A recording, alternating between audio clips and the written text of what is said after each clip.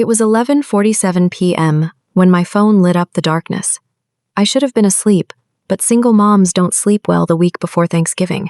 Too much planning, too much hoping that this year, maybe, my family would look at my son Jason and see what I see, a beautiful 7-year-old boy who deserves to be loved. The notification read, Chen Family Thanksgiving 2024. My mother's message appeared. New restaurant address below. Adults only this year. Maya, please don't bring Jason. We need to discuss family matters privately. I read it 3 times. Adults only. Don't bring Jason. My hands started shaking so badly I nearly dropped the phone. They weren't just excluding me. They were excluding my child, their grandson. I didn't hear him come into my room. 7-year-olds move like ghosts when they want to. Jason had been using my iPad to watch cartoons in bed, and the message had popped up there too. Mommy? His small voice cut through the dark. Why doesn't Grandma want me at Thanksgiving? My heart stopped. How do you explain to a child that your own mother sees him as a problem? That his existence is something they want to hide? Baby, it's complicated, I started, but he shook his head. I read it, Mom. It said, don't bring Jason. That's me. They don't want me. His eyes were dry, but I could see the hurt settling into them, making a home. And I couldn't lie. He'd seen the truth in black and white. 8 years ago, I was 25 and pregnant. The father, I barely remember his name now, disappeared the moment I told him. My family had 2 words for me. Handle it. Translation. Get an abortion. Pretend it never happened. Save face. My little sister Lily, only 21 then, was the only one who said, It's your choice, Maya. I'll support whatever you decide. I chose Jason. I chose single motherhood, midnight feedings, and a career built around daycare pickup times. I chose love over their approval. They called it the scandal. I called it the best decision I ever made. But here's what killed me for 8 years. They'd tolerated Jason at family events. They'd bought him generic Christmas gifts and posed for awkward photos. So why, suddenly, was he banned? I called Lily first. My ally. My sister. The one person who'd stood by me when everyone else turned their backs. She answered on the 5th ring. Hey, Maya, I can't really talk right now. Her voice was strange, muffled, guilty. Did you know about this? About Mom excluding Jason? Silence. Then, I think, maybe Mom has a point. Jason needs to learn boundaries. You spoil him, Maya. Maybe this is a good lesson. The phone nearly slipped from my hand. A lesson? He's 7, Lily. What lesson does this teach except that his own family doesn't want him? I have to go. Click. The person who'd defended me for 8 years just threw me under the bus, and I didn't understand why. I called my mother at midnight. Probably woke her up. I didn't care. Mom, Jason is 7 years old. He's your grandson. What family matters can't include a child? Her voice was ice-cold, controlled. Lily's getting married next spring. We need to discuss the wedding. Her fiancé's family is traditional, Maya. They don't know about your situation. We can't risk Jason saying something that would embarrass us. My situation. That's what my son was. A situation. So, you're asking me to hide my child so you can pretend he doesn't exist? I'm asking you to think about someone besides yourself for once. This is Lily's time. Don't ruin it like you've ruined everything else. She hung up before I could respond, which was good, because I had no words left. 20 minutes later, a text from an unknown number. Hi, Maya. This is Derek, Lily's fiancé. I'm so sorry. I didn't know they were planning this. My fingers hovered over the screen. He continued. My family knows about Jason. We want him at our engagement dinner next month. Your mom lied about us wanting to hide him. I don't understand why she'd say that. I stared at that message for a full minute. If Derek's family wasn't the problem, then what was? Why the sudden urgency to erase Jason from our family narrative? Thank you for telling me, I typed back. Then I opened Instagram. Time to do some investigating. Lily's profile was public. 3 weeks ago, a photo of her in a wedding dress, all white lace and champagne smiles. The caption read, Can't wait to be the first Chen daughter to have a real wedding. First, real, my mother had commented. So proud, sweetheart. You're doing everything right. I zoomed in on that word, real. My life with Jason, my beautiful, complicated, exhausted, joy-filled life wasn't real to them. It was fake, wrong, a mistake that needed correction. I scrolled back through years of photos. Every family dinner, Every holiday, I was there in the background, smiling, holding Jason, pretending we belonged. And now I saw the pattern I'd been ignoring. We'd never really belonged at all. I went through my phone's photo album. Jason's 4th birthday, my mother didn't come. Too busy, she'd texted. That same day, I saw her Instagram post from a fancy restaurant with Lily. Jason's piano recital last year, the whole Chen family showed up for Lily's daughter's ballet performance the same weekend. Not one of them came to hear Jason play for Elise. Every Christmas gift for Jason was generic. Gift cards, cash, nothing personalized. Meanwhile, Lily's future children, not even born yet, already had embroidered blankets with their initials. How had I missed this? How had I convinced myself we were part of this family when every action, every choice, every moment screamed that we were just tolerated guests? That night, I tucked Jason into bed. He looked up at me with those enormous brown eyes and asked, "Mom, am I a bad kid?" "What? Baby, no, why would you think that?" "Because Grandma Chen always looks at me like I did something wrong, even when I'm being really, really good. Like at Christmas, I said please and thank you for everything, and she still looked mad." My throat closed. He was 7 years old, and he'd already figured out what I'd been denying. He knew they didn't love him. Maybe he'd always known. "You're the best kid in the entire world," I whispered, pulling him close. "And anyone who can't see that is missing out." But inside, I was making a decision. I was done protecting people who hurt my child. I wasn't going to beg, wasn't going to show up at Thanksgiving and apologize for existing, wasn't going to make Jason feel like he needed to earn their love. Instead, I was going to make a statement. I pulled out my phone and opened Facebook. My fingers trembled as I typed. "Looking for Thanksgiving hosts in Seattle. Single mom and wonderful 7-year-old son. We bring homemade pumpkin pie and genuine gratitude. Our biological family excluded us for not being their definition of real family. Let's prove them wrong about what family really means." I hovered over the post button. This would burn bridges, create drama, make everything worse. Then I thought about Jason asking why Grandma didn't want him, and I hit post. At 1 a.m, my phone rang. Lily, crying so hard I could barely understand her. "Maya, I'm sorry. I'm so sorry. I didn't want this, I swear." "Then why did you agree to it?" She sobbed harder. "Mom said if I didn't go along with excluding Jason, she wouldn't come to my wedding. She said you'd already embarrassed the family enough, and I shouldn't let it ruin my special day.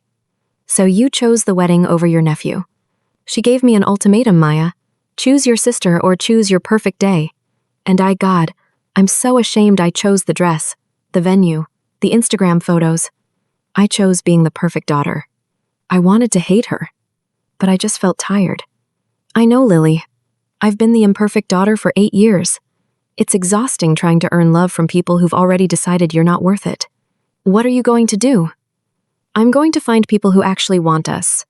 And you're going to have to decide if you want to be part of that family or theirs."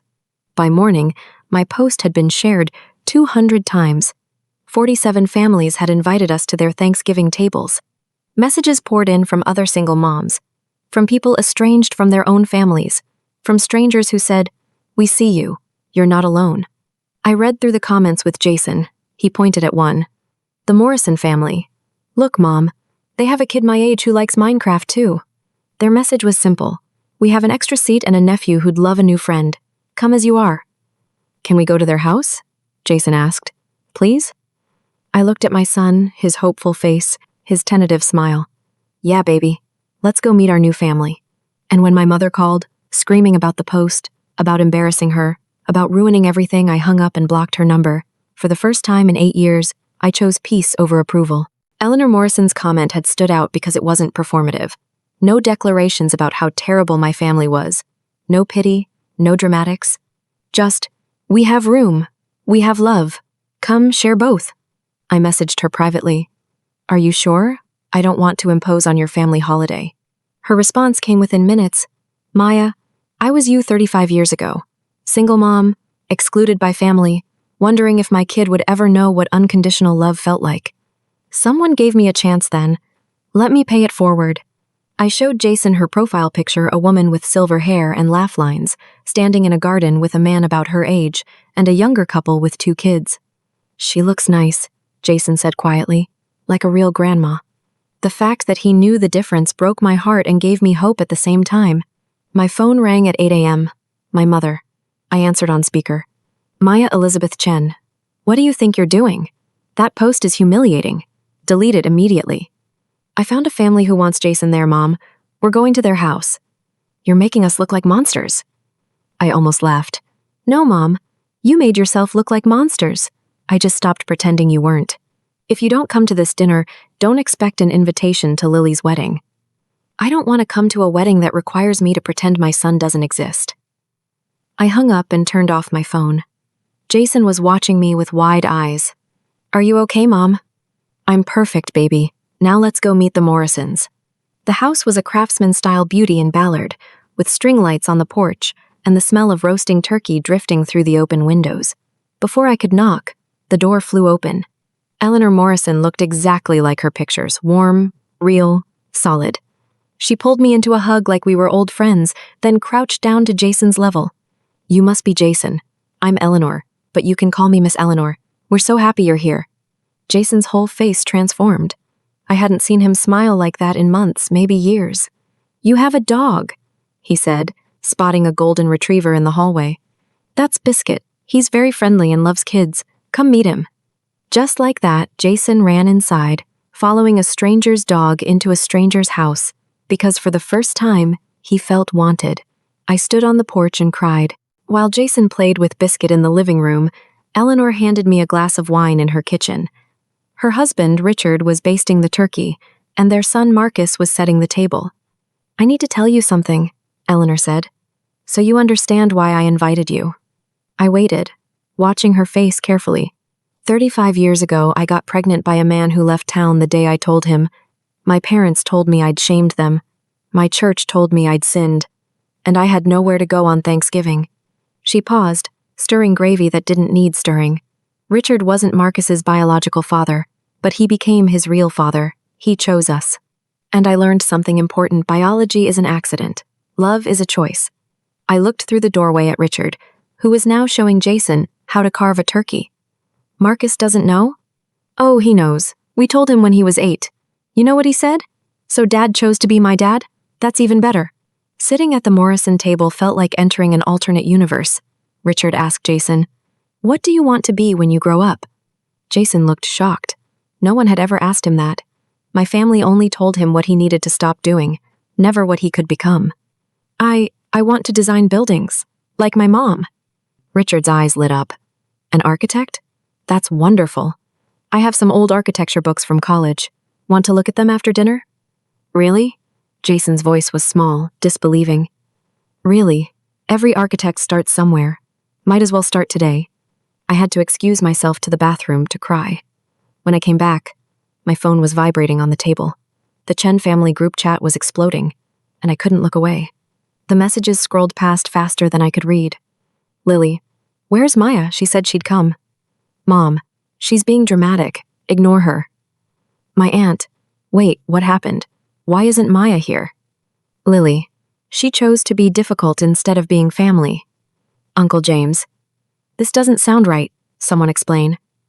Mom, it's private family business. More messages. More deflection. More lies. For the first time in 8 years, I didn't jump in to explain myself, defend myself, or apologize for existing. I just turned the phone over and went back to a turkey dinner with people who'd known me for 3 hours and treated me better than blood relatives had in 8 years. Then a private message popped up. Aunt Carol, my dad's sister. Maya, I just found out what your mother did. I'm leaving this dinner right now. Can I come to wherever you are? My fingers shook as I typed the Morrisons' address. Aunt Carol had always been quiet at family gatherings, never weighing in on drama. I'd assumed she sided with my parents by default. 30 minutes later, she arrived with a bottle of wine and a shoebox full of old photographs. Eleanor welcomed her like she'd been invited all along. The more the merrier. I'll set another place. Aunt Carol hugged me tight, then whispered, I should have done this 8 years ago. I'm sorry I waited. In Eleanor's living room, Aunt Carol opened the shoebox. Inside were photos from the 1,980 seconds my mother as a young woman. In one photo, she was clearly pregnant, no wedding ring, looking scared and defiant. Your mother was pregnant with you before she married your father, Aunt Carol said quietly. My brother married her to save face. The whole family knew, but we pretended it was a honeymoon baby. The room went silent. Jason was upstairs with Marcus's son, Tyler, safely out of earshot. She's punishing you for reminding her of her own shame, Aunt Carol continued. Every time she looks at Jason, she sees herself at 19, pregnant and judged, and instead of breaking that cycle, she's continuing it. Eleanor reached across and squeezed my hand. The difference is, you're choosing differently. You're choosing your son over shame. That takes more courage than she ever had. Aunt Carol and Eleanor started talking, two women from the same generation who'd watched how the world punished women for being human. They compared notes on judgment, on whispers, on the specific cruelty of other women who'd internalized misogyny so deeply they wielded it like a weapon. I forgave myself, Eleanor said. That's what your daughter-in-law never did. And now Maya's paying the price for her mother's unhealed wounds? Aunt Carol replied. I sat there listening to them dissect my family's dysfunction with the precision of surgeons. Every cut revealed another layer of truth I'd been avoiding. My mother didn't hate me. She hated herself. And I was just the mirror she couldn't bear to look into. Upstairs, Jason and Tyler had built an entire Lego city. I heard their voices through the floor. Tyler, do you have a dad? Jason, no, just my mom. Tyler, cool. My grandpa isn't my bio-grandpa, but he's better than a bio one. He chose to love me. A pause. Then Jason, people can choose to be family? Yeah, the best ones do. I stood in the hallway with Eleanor, both of us pretending we weren't eavesdropping, both of us wiping tears. That 10-year-old boy just gave my son permission to believe in love again. As dinner wound down, Richard approached me. Eleanor mentioned you're an architect. I'm renovating my mother's old house in Queen Anne. Would you consider consulting on the project? I blinked. You want to hire me? Unless you're too busy. I'd pay your standard rate, of course. I've seen your portfolio online, you do beautiful work. This man I'd known for 6 hours was offering me professional respect, not pity charity. He saw me as a talented architect who happened to be a single mom, not a single mom who happened to do architecture on the side. I'd love to, I said. Thank you. Thank you. I've been looking for someone with your eye for historic preservation. Send me your contract. Just like that, a Thanksgiving disaster became a business opportunity. Eleanor winked at me from across the room. She'd planned this. In the car, Jason was quiet for a long time. Then, Mom, can we have Thanksgiving with them again next year? You want to? Grandpa Richard asked me about my dreams. Grandma Eleanor hugged me like she meant it, and Tyler said I could be part of their family if I wanted. He paused. They didn't look at me like I'm a mistake. I had to pull over because I was crying too hard to see the road. My 7-year-old son had just articulated what I'd been too afraid to admit my own family had made him feel like an accident that shouldn't have happened. Baby, you're not a mistake. You're the best thing that ever happened to me. I know, Mom. You tell me that. But they don't. The Morrisons do. At midnight, someone knocked on my apartment door. I looked through the peephole and saw Lily mascara streaked, cocktail dress wrinkled, eyes swollen from crying. I opened the door. She stood there shaking. I left, she whispered. I couldn't do it anymore. Do what? Sit there while Mom toasted my perfect family and pretended you didn't exist. While she told everyone you were too busy to come. While she erased Jason like he was never born. She collapsed onto my couch. Derek's parents kept asking about nieces and nephews. I said Jason's name. Mom kicked me under the table so hard I'll have a bruise. I sat down next to her, not touching, just listening. When Derek's parents asked to meet Jason, Mom said, "He's not really part of the family yet." Lily's voice broke. And I saw Derek's face change. In the car, he asked me, "If your family can erase your nephew this easily, what will they do to our kids if they're not perfect?" She turned to me, mascara streaking down her face. I didn't have an answer, Maya. Because he was right. What if our kid is neurodivergent, or gay, or makes a choice Mom doesn't approve of? Will she erase them too? Yes, I said simply. She will, because love in our family is conditional. It always has been. I don't want that. Lily grabbed my hand.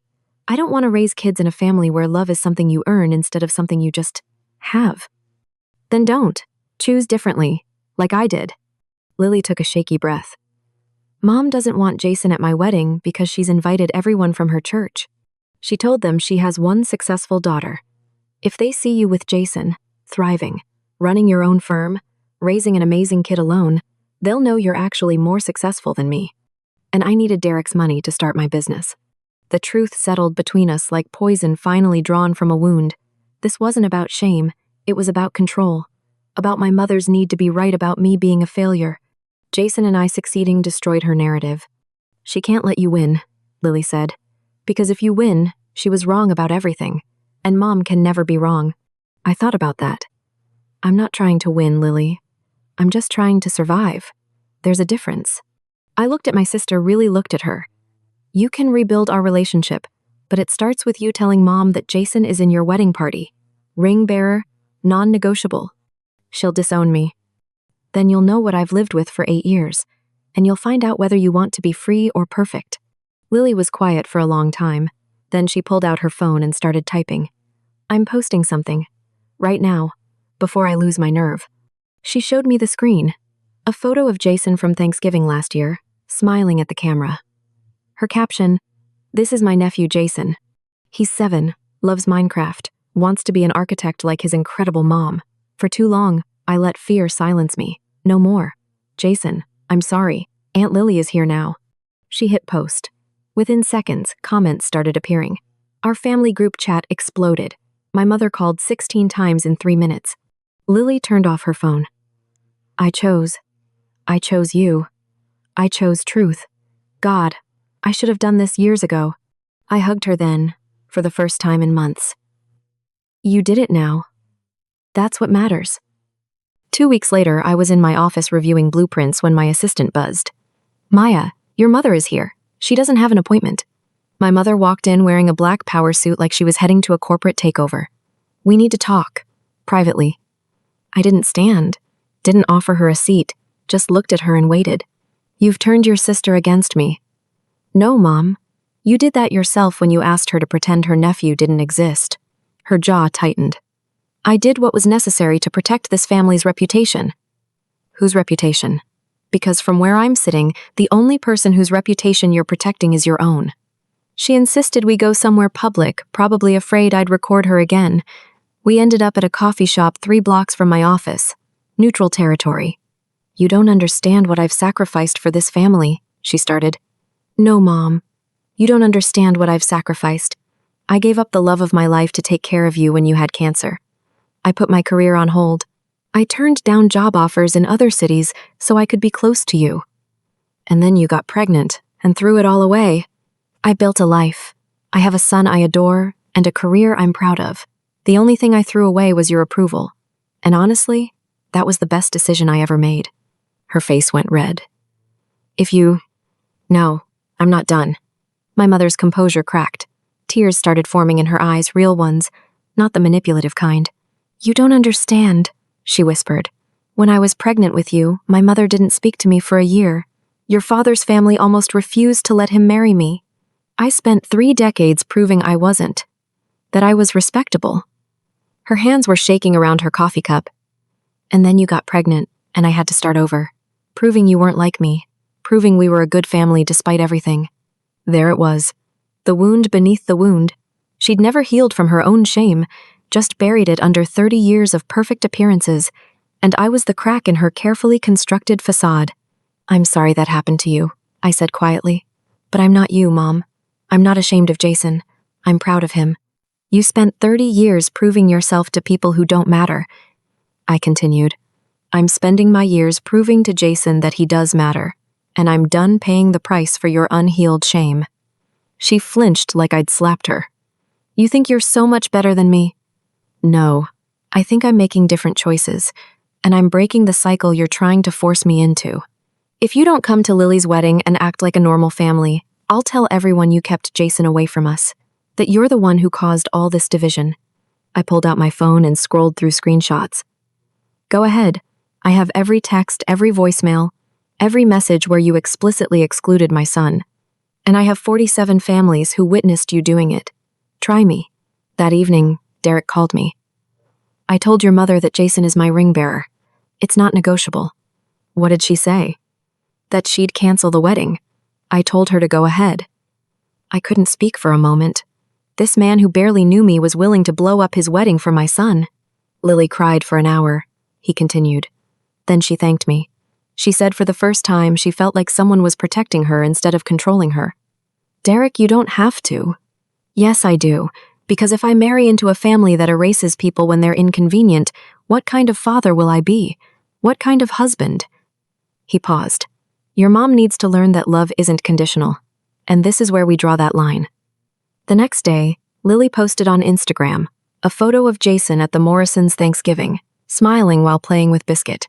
Her caption, "This is my nephew Jason. He's 7, loves Minecraft, and wants to be an architect like his amazing mom.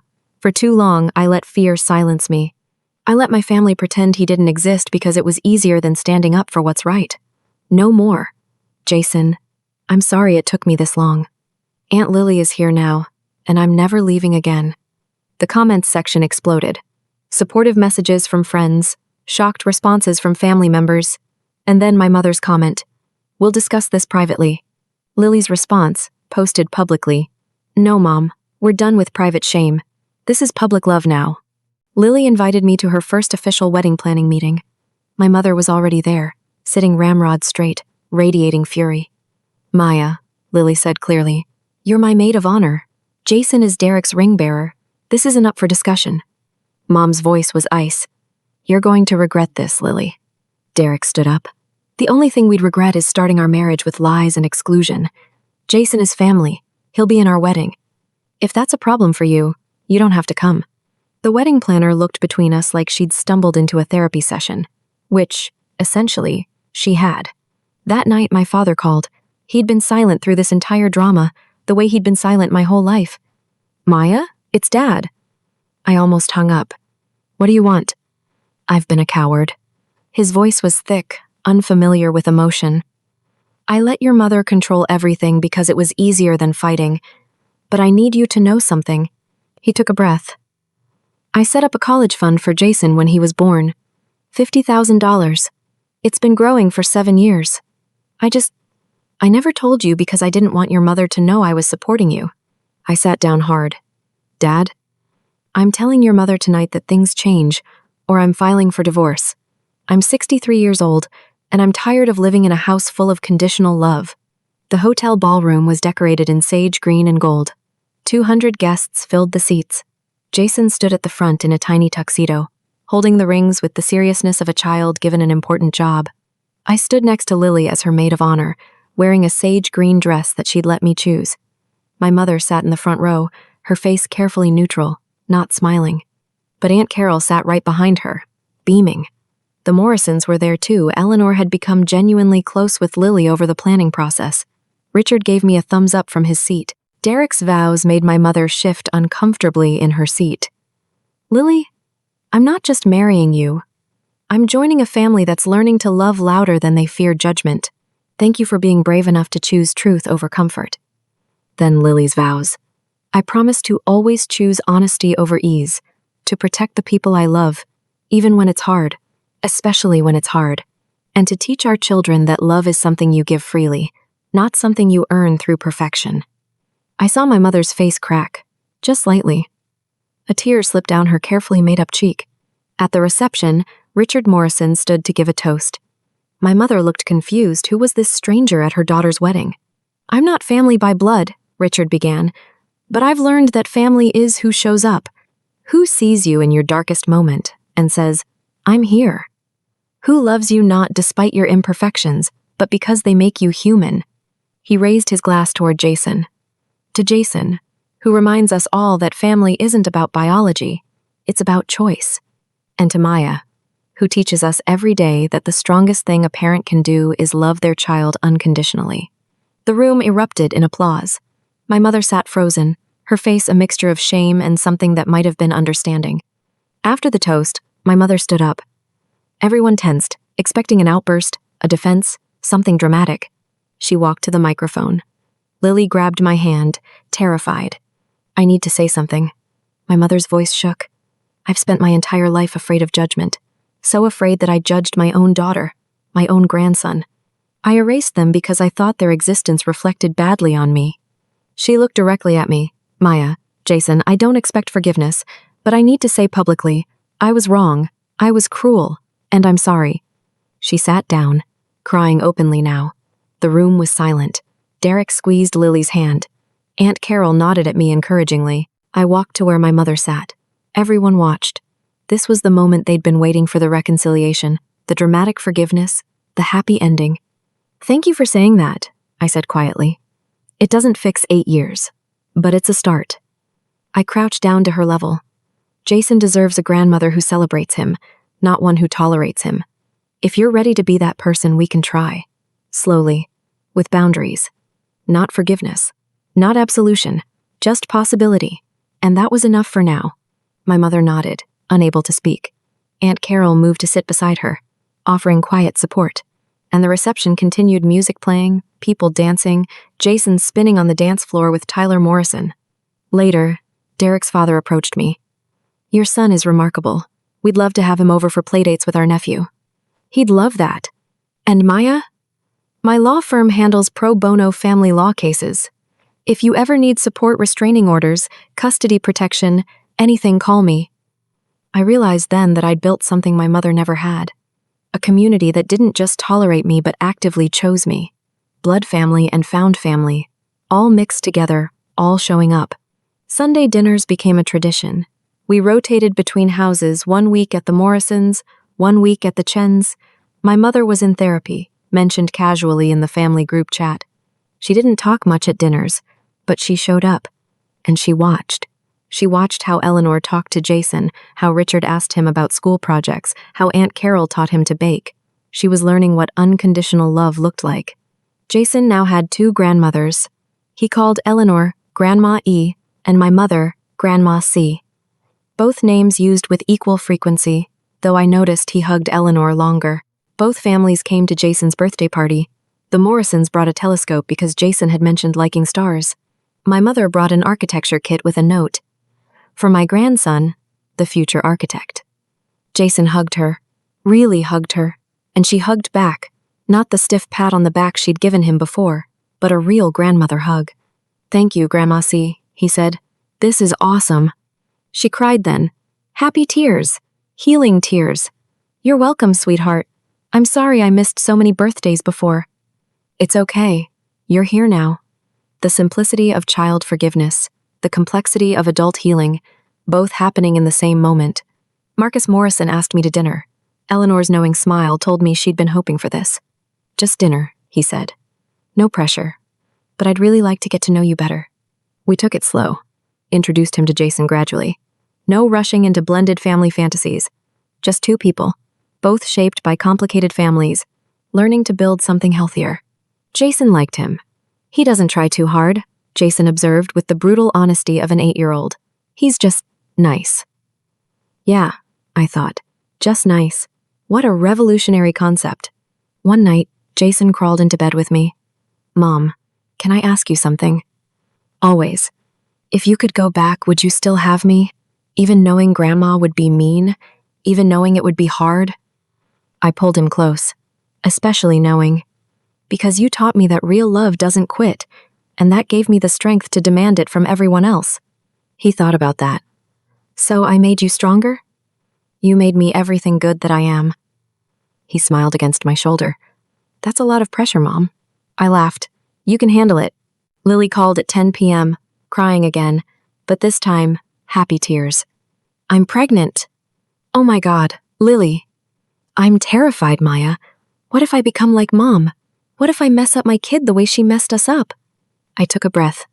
"Lily, the fact that you're asking that question means you won't. Mom never questioned herself. Never thought she might be wrong. You're already different. Will you help me? Be there? Teach me how to love my kid the way you love Jason? Every single day. I promise." We combined families for Thanksgiving. Chens and Morrisons around one massive table that Richard had custom built for the occasion. 20 people, all connected by choice as much as blood. Jason, now 8, was asked to say grace. He stood up, suddenly shy with everyone watching. I'm thankful for 2 families.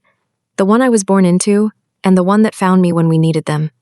And I'm thankful they both learned that love is bigger than being scared of what people think." My mother's hand found mine under the table. Squeezed. Let go. It wasn't everything, but it was something. People ask me if I forgave my mother. I tell them, I freed myself from needing her approval. That's different from forgiveness, but maybe more important. She's trying. Some days are better than others. Some Sundays she watches me parent Jason and I see the regret in her eyes. Other days, she plays with him like she's making up for lost time. But here's what I know for certain. Jason will never wonder if he's wanted. He has 2 families who chose him, who show up for him, who celebrate him. And that first Thanksgiving, when we were excluded, that was the day we found out what family really means. Not the people who share your DNA, but the people who show up when you need them most. 2 years later, I designed a new community center in Seattle. I dedicated it to single parents and found families everywhere. At the grand opening, Eleanor Morrison and my mother cut the ribbon together. 2 women from different worlds, united by learning the same lesson. Love is a choice, and it's never too late to choose differently. Jason made a sign in his art class. He hung it in the center's lobby. Family is who shows up. Below it, in smaller letters, and who stays. I stood back and looked at the gathering: Morrisons, Chens, Lily's new baby, Derek's parents, Aunt Carol, my father, who did eventually separate from my mother before they went back to counseling, Marcus with his arm around me, Tyler teaching Jason origami. This was family. Messy, complicated, chosen, biological, broken, healed, and still healing. The camera pulled back on all of us, 3 generations of people learning that belonging isn't something you're born into. It's something you build, brick by brick, choice by choice, Sunday dinner by Sunday dinner. And sometimes, the family that excludes you is just making room for the family you need to find.